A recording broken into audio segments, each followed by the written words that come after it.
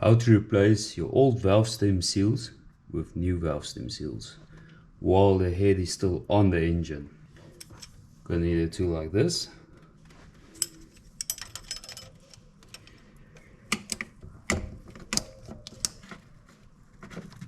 Okay, so now we've got the spring compressed. Now we want to take out those collar pins. I've got a little screwdriver with a strong magnet on the side.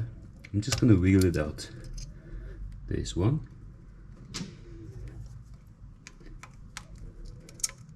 There's two. Carefully take off your spring, just put it aside, and take another magnet, just put it on top, else your valve will drop in and you'll have to take the head off. Take a screwdriver, and now we're going to pry this old one just out. Keep holding on to that valve, else it's going to drop in for sure. Take out your old stem seal valve, put back the magnet on the valve and you put it on the bottom. Now take your new stem seal valve and dab some oil on the inside. This helps just lubricate and slide on easily.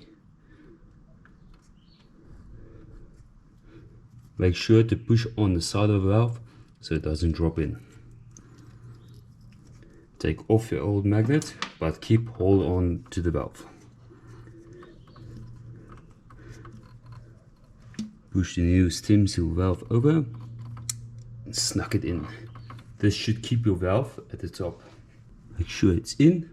Carefully put back your spring and make sure it doesn't have any obstructions when you're going to release it. Using a long nose plier, put back the collar pins.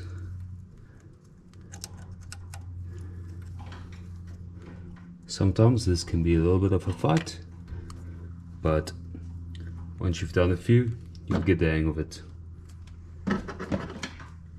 You can use a small screwdriver just to turn these collar pins around to make it accessible for the second one to go in.